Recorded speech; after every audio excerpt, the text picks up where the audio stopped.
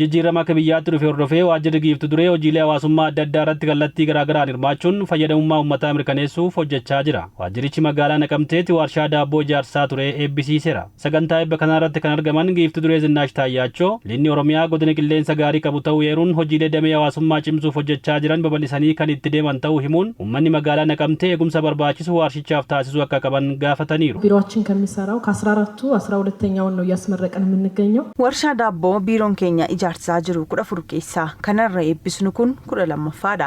Warshaan kun guyyaatti daabboo 300 tolchuun gabaaf dhiyeessuu danda'a. Daakuu kuntaala 50 daakuu humna danda'us qaba. Warshaa kana humna guddaa itti baasuudhaan qabsoo jabaadhaan ijaarre. Waaqayyoos nu gargaaree xumurree eebbisiisneerra. Eeguu fi kunuunsuun immoo ga'ee keessani. Daabboo tolfame kana konkolaataa ittiin geejjibsiiftanis isiniif finna. Akkan argetti lixni Oromiyaa qilleensa gaarii qaba. Hundaa ol nageenya keessan eeggachaa misooma eegaltan cimsaan isiniin jedha. Pirezidaantiin mootummaa naannoo Oromiyaa obbo Shimallis Abdiisaa mootummoonni dhufaa darbaan biyya kana hoogganaa turan faayidaa isaanii malee dhimma biyyaaf rifaatuu kan hin qabne ta'uu yaadachiisuun magaalaan Naqamtee lixa Oromiyaatti jiddugala daldalaa misoomaa fi magaalaa madda carraa hojii lammiilee akka taatuuf mootummaan naannoo Oromiyaa hojii eegale cimsee kan itti fufu ta'uu himaniiru. Muummee ministeera keenya Dr. Abiy Ahmed giifti dureen keenya Zinnaash akka maatitti Itoophiyaa keessatti Oromiyaa keessatti barnoonni akka bal'atu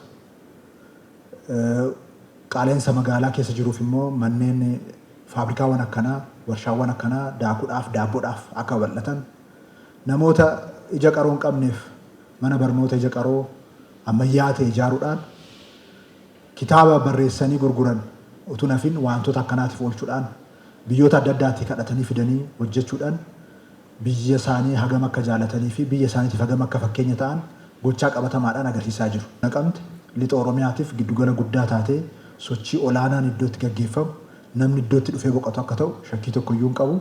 Isa kanaaf mootummaan naannoos mootummaan federaalaas xiyyeeffannoo addaatiin humna qabu hundaan irratti hojjetaa jira. Kana cimsinee kan itti fufnu ta'uusaa carraa kanaan isiniif mirkaneessuun barbaada. Jiraattonni magaalaa Naqamtees warshaan kun magaalaa isaanii keessatti ijaaramuusaaf gammaduu himuun warshichi hojii yeroo eegalutti gabaa tasgabbeessuu bira darbee lammiilee hedduuf carraa hojii kan uumu ta'uus dubbataniiru. Akka magaalaa Naqamteetti warshaan daabboo naannoo kana keessa hin jiru.